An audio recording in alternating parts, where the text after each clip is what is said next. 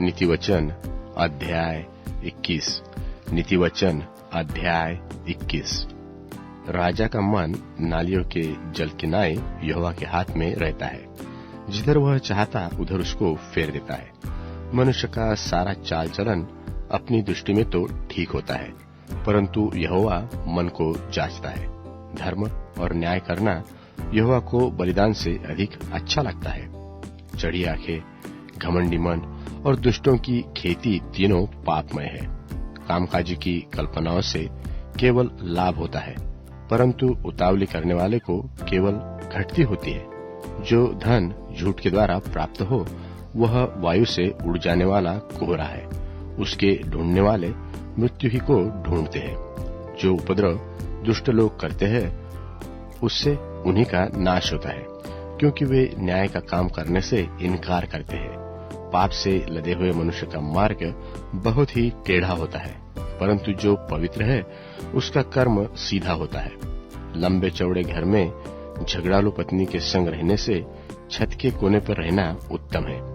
दुष्टजन बुराई की लालसा जी से करता है, वह अपने पड़ोसी पर अनुग्रह की दृष्टि नहीं करता।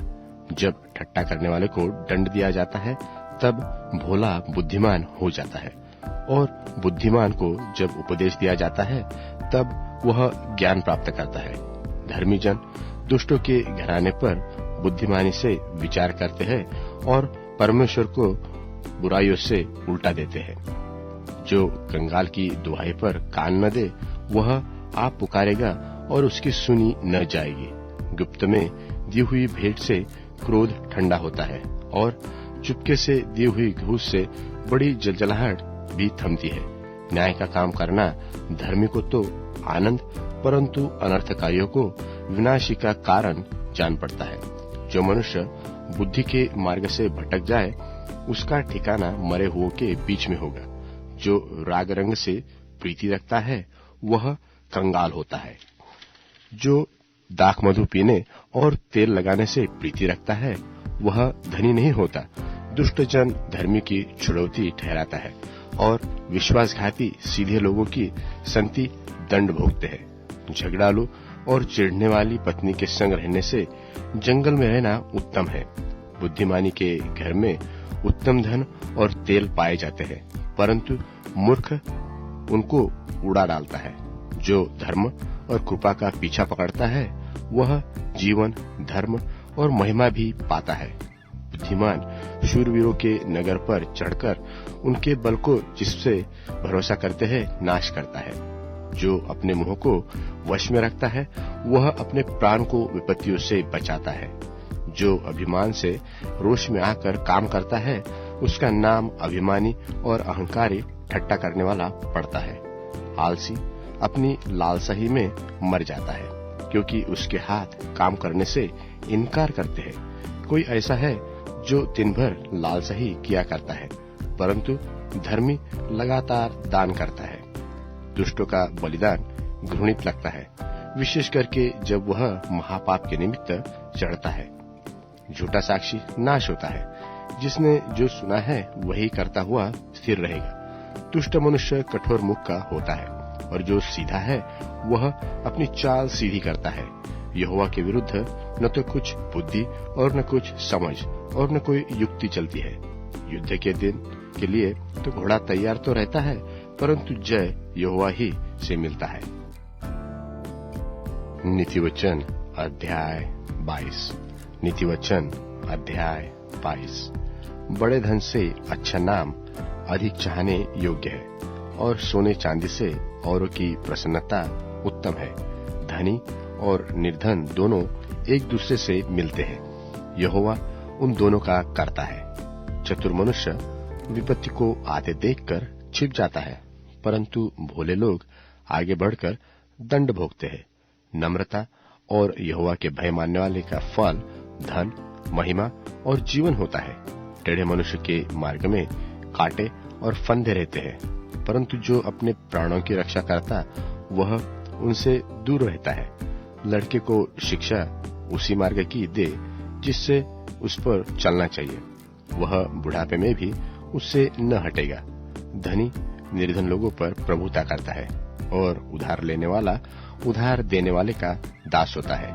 जो कुटिलता का बीज बोता है वह अनर्थ ही काटेगा और उसके रोष का सोंगा टूटेगा। दया करने वाले पर आशीष फलती है, क्योंकि वह कंगाल को अपनी रोटी में से देता है। ठट्टा करने वाले को निकाल दे, तब झगड़ा मिट जाएगा और वाद विवाद और अपमान दोनों टूट जाएंगे। जो मन की शुद्धता से प्रीति रखता है उसके वचन मनोहर होते हैं और राजा उसका मित्र होता है। यहोवा ज्ञानी पर दृष्टि करके उसकी रक्षा करता है, परंतु विश्वासघाती की बातें उलट देता है। आलसी कहता है कि बाहर तो सिंह होगा, मैं चौक के बीच घात किया जाऊंगा। पराई स्त्रियों का मुंह गहरा गड्ढा है, जिससे यहोवा क्रोधित होता सो ही उसमें गिरता है। लड़के के मन में मूढ़ता बंधी रहती है, परंतु छड़ी की ताड़ना के द्वारा वह उससे दूर की जाती है। जो अपने लाभ के निमित्त कंगाल पर अंधेरा करता है और जो धनी को भेंट देता, वे दोनों केवल हानि ही उठाते हैं। कान लगाकर बुद्धिमानों के वचन सुन और मेरी ज्ञान की बातों की ओर मन लगा। यदि तू उनको अपने मन में रखे और वे सब तेरे मुंह से भी निकाल करे, तो यह मन भावनी बात होगी। मैं आज इसलिए ये बातें तुझको जता देता हूँ कि तेरा भरोसा यहोवा पर हो।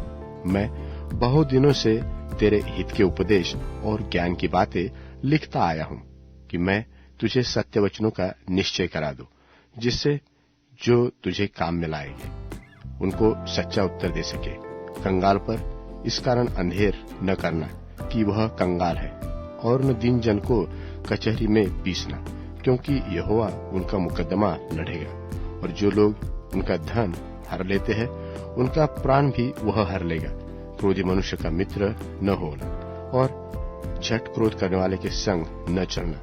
कहीं ऐसा न हो कि तू उसकी चाल सीखे और तेरा प्राण फंदे में फंस जाए। जो लोग हाथ पर हाथ मारते और ऋणियों के उत्तरदायी होते हैं, उनमें तू न होना।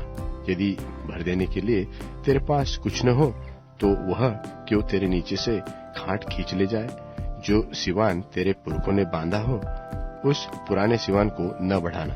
यदि तू ऐसा मनुष्य देखे जो कामकाज में निपुण हो, तो वह राजाओं के सन्मुख खड़ा होगा, छोटे लोगों के सन्मुख नहीं। भजन संहिता अध्याय 23। भजन संहिता अध्याय 23।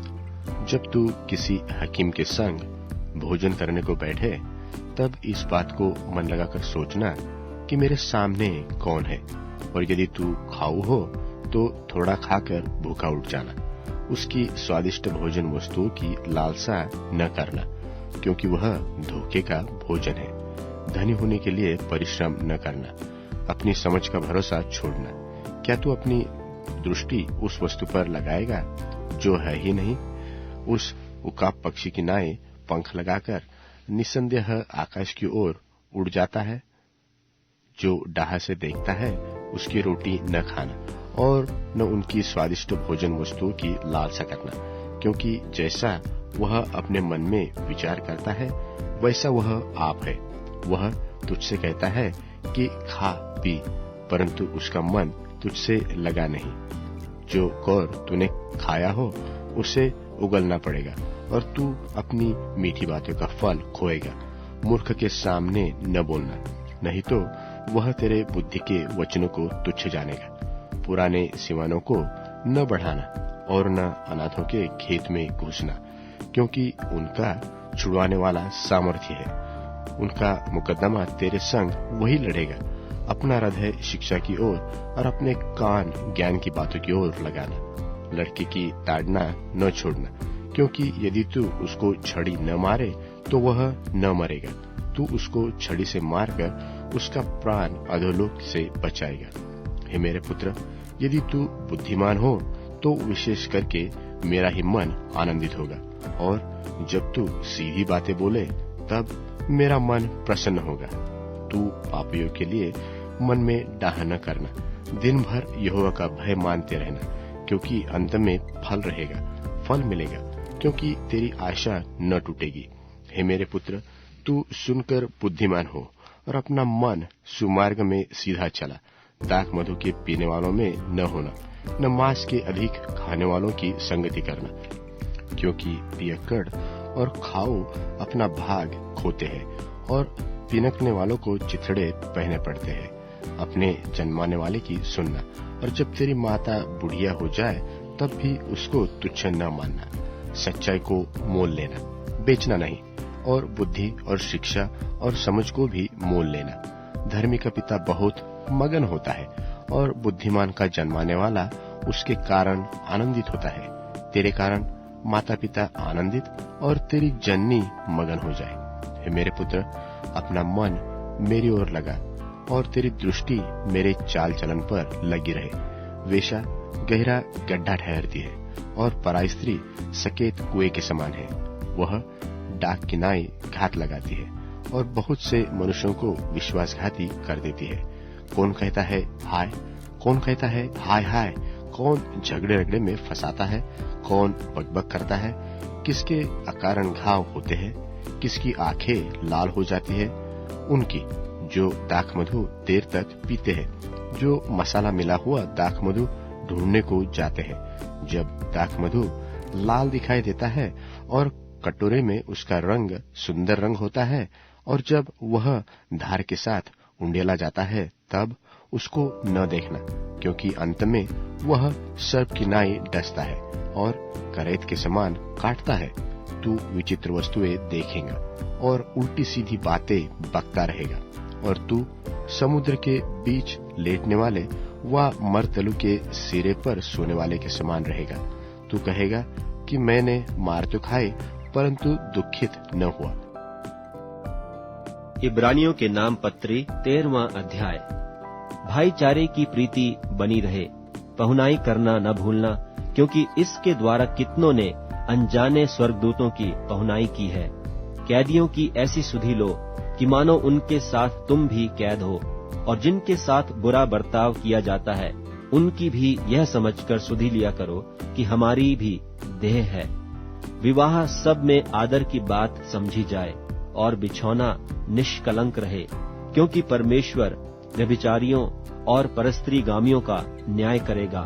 तुम्हारा स्वभाव लोभ रहित हो, और जो तुम्हारे पास है उसी पर संतोष करो, क्योंकि उसने आप ही कहा है, मैं तुझे कभी न छोड़ूंगा और न कभी तुझे त्यागूंगा।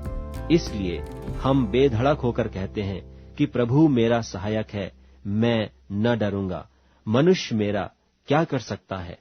जो तुम्हारे अगुवे थे और जिन्होंने तुम्हें परमेश्वर का वचन सुनाया है, उन्हें स्मरण रखो और ध्यान से उनके चाल चलन का अंत देखकर उनके विश्वास का अनुकरण करो। यीशु मसीह कल और आज और युगानुयुग एक सा है।